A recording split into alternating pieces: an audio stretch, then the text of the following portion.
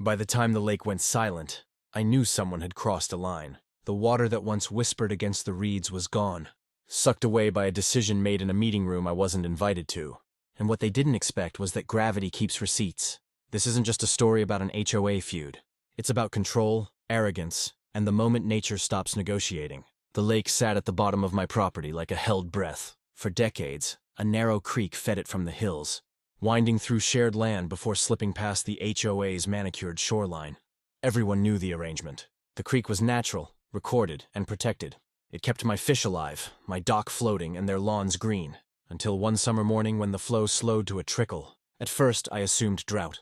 Then I saw the fresh dirt. The HOA board had authorized a landscaping improvement, which translated into a concrete diversion box hidden behind ornamental grass, redirecting the creek entirely. No notice, no permit posted. Just a dry basin forming where my lake used to shimmer. I called, I emailed, I documented everything. The board president told me calmly that my lake was aesthetic, not essential, and that their shoreline erosion concerns took priority. They said the creek was now theirs to manage. They said I could appeal. Meanwhile, my waterline dropped inches every day, exposing cracked mud and stranded fish. Neighbors whispered, but no one wanted trouble. I installed cameras. I measured flow rates. I filed reports with the county, knowing investigations move slower than evaporation. The HOA doubled down, adding riprap and extending their shoreline outward, confident that my problem would simply dry up and disappear. But here's the thing about lakes. When you empty one, you don't remove water. You remove pressure. The basin holds. The banks adjust, and the shoreline upstream, bloated with redirected flow and poorly compacted fill, starts carrying weight it was never designed to bear. By late August, my lake was an empty bowl of clay and stone. The HOA celebrated with a newsletter praising their successful creek management project. They posed for photos near the water's edge, smiling, unaware that the ground beneath them was already shifting. What they stole from me wasn't just water. It was balance, and once that's gone, the bill always comes due. I didn't know when it would happen, only that physics doesn't care about bylaws or newsletters. The empty basin was a warning flare, and the saturated shoreline above was a loaded spring. I kept recording, waiting, letting the evidence pile up, because the moment the land gave way, excuses would wash out faster than any creek ever could. That was the beginning, not the end yet. The first crack appeared on a Tuesday, thin as a pencil line, running along the HOA's prized walking path. I noticed it through my camera feed before anyone else did, because I'd been watching that shoreline like a storm horizon. The lake below was empty now, a chalky bowl reflecting heat, while above it the redirected creek kept pouring water into soil that had never learned how to hold it. I logged the timestamp and drove up there, pretending to jog. The crack was fresh, edges sharp, the kind that whispers instead of screams. 2 board members stood nearby arguing about mulch color, stepping right over it without looking down. I took photos, wide shots, close-ups, ruler included. Then I went home and added them to the folder already thick with dates, measurements, and unanswered emails. By the end of the week, the crack had multiplied. Hairlines branched into veins. The decorative stones they'd dumped to stabilize the bank were slowly sinking, clicking together at night as the ground rearranged itself. Water seeped out in places it never had before, darkening the soil like a spreading bruise. I sent another certified letter. This one included diagrams and a polite warning about slope failure. The response came fast and dismissive. They accused me of exaggeration and trespassing, threatened fines, and reminded me that my lake was still dry because of natural seasonal conditions. Then the path started to sag. It wasn't dramatic at first, just a soft dip where the crack had been, like a breath drawn in. A stroller wheel got stuck. Someone complained on the community forum. The HOA installed caution cones and called it routine maintenance. Meanwhile, the creek roared louder each night, trapped and focused by concrete, pouring its energy into a bank built on fill and confidence. County inspectors finally scheduled a visit 3 weeks out. I forwarded everything I had. Until then, all I could do was watch, and record, and wait. One evening, after a hard rain, I heard it even from my property. A low, hollow sound like a drum hit underwater. The cameras caught the moment the shoreline shifted. Not collapsed, just slid a few inches toward the empty basin below. Enough to snap irrigation lines, enough to tilt benches and twist the metal railing. The HOA emergency meeting happened the next morning. I wasn't invited, but I watched cars line the curb and saw panic replace pride. Engineers were mentioned, lawyers too. The diversion box was suddenly temporary. They shut off the creek, but it was too late. Water doesn't forget where it's been forced. The ground kept moving, slowly, relentlessly. The Empty lake waited below like a debt unpaid, while the shoreline, above it, sagged under the weight of decisions made without understanding. Everyone could feel it now, that something bigger was coming. They just didn't know how soon. The collapse didn't happen all at once. That's what made it worse. If the shoreline had failed in a single dramatic moment, they could have blamed a storm, an act of God, bad luck. Instead, it unraveled in stages, each one documented, predicted, and ignored. It started with a sound like tearing fabric.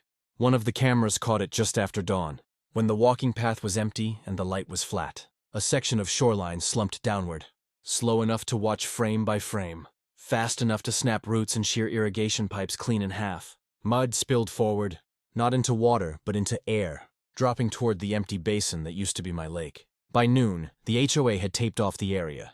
By evening, that tape was floating uselessly in space, because the ground it was attached to no longer existed. A 20-foot section of landscape shoreline had slid away, exposing raw earth, broken drain lines, and the jagged end of the concrete diversion they'd sworn was harmless.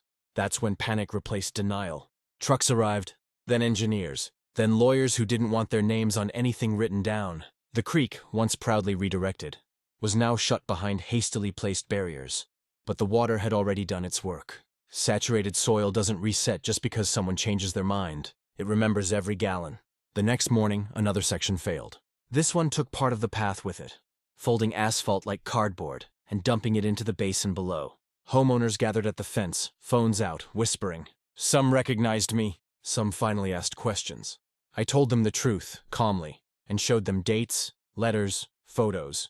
I didn't gloat. I didn't need to. County inspectors arrived that afternoon, earlier than scheduled. Their tone different now that gravity had weighed in.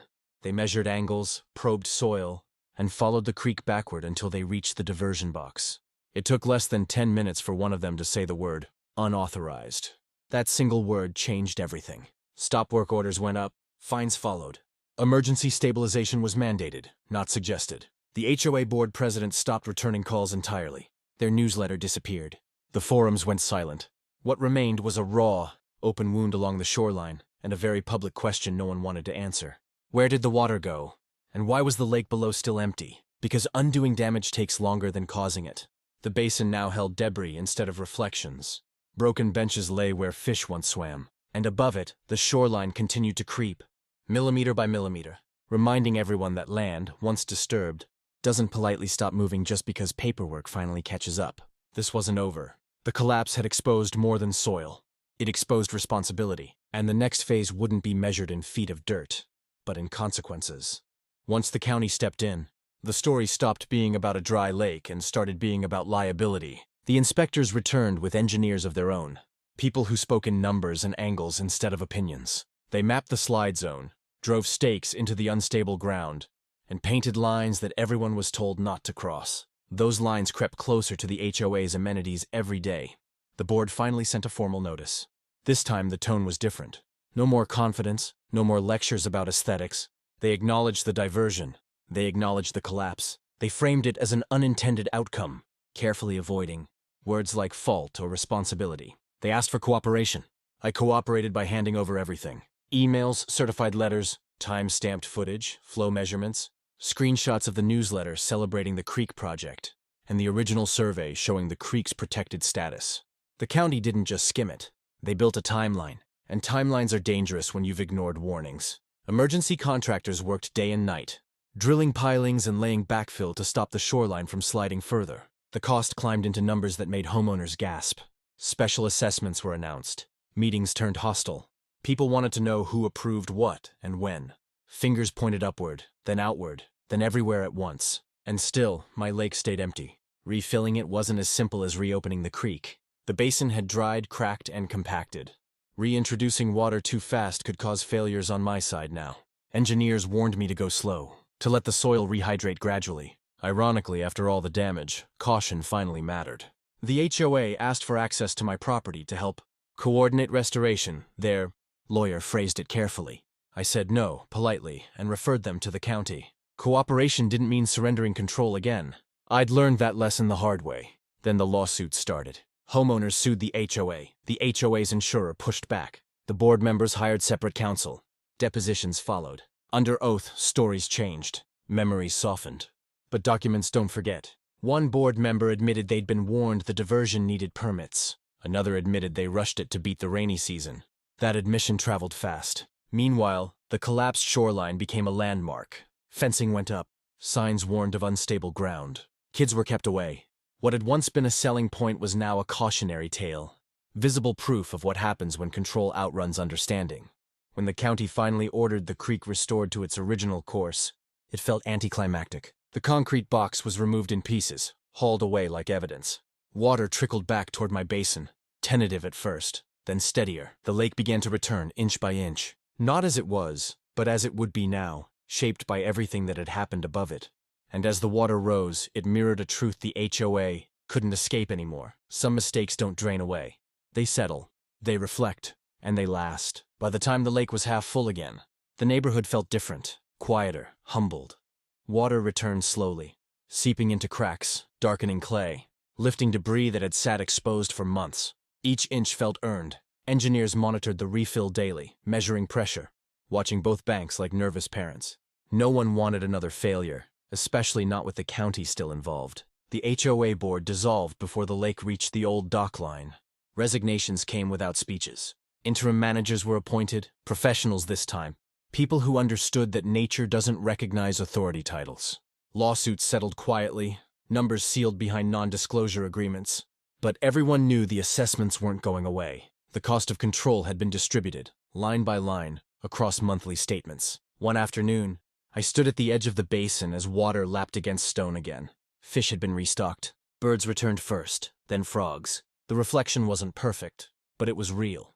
Across the way, the collapsed shoreline remained fenced, scarred, and unfinished. Repairs would take years. Some areas would never be rebuilt. The land had made its decision. A county official walked the site with me, clipboard tucked under his arm. He pointed out the new markers, the restored creek path, the reinforced sections. Then he gestured at the empty space where the diversion box had once been and shook his head. "This didn't have to happen," he said. I agreed. It rarely does. The HOA sent one final letter, formal and restrained, acknowledging the restoration and closing the matter. No apology, just acceptance. I filed it with the rest of the documents, a paper ending to a very physical lesson. Neighbors stopped by more often after that. Some thanked me. Some avoided eye contact. Most just looked at the water as if it were a reminder. The story spread beyond the community, told as a warning, stripped of names but heavy with detail, about how small decisions can redirect forces you don't fully understand, about how removing balance invites collapse. On calm mornings, when the lake is still, you can see the reinforced shoreline across from it, layered and cautious, like someone who learned too late. The creek flows openly now, unhidden, doing what it always did before someone tried to improve it. I didn't win anything in the way people imagine. I didn't celebrate. I just got my lake back, altered but alive. And they got something else. Proof that land, water, and gravity don't argue. They demonstrate.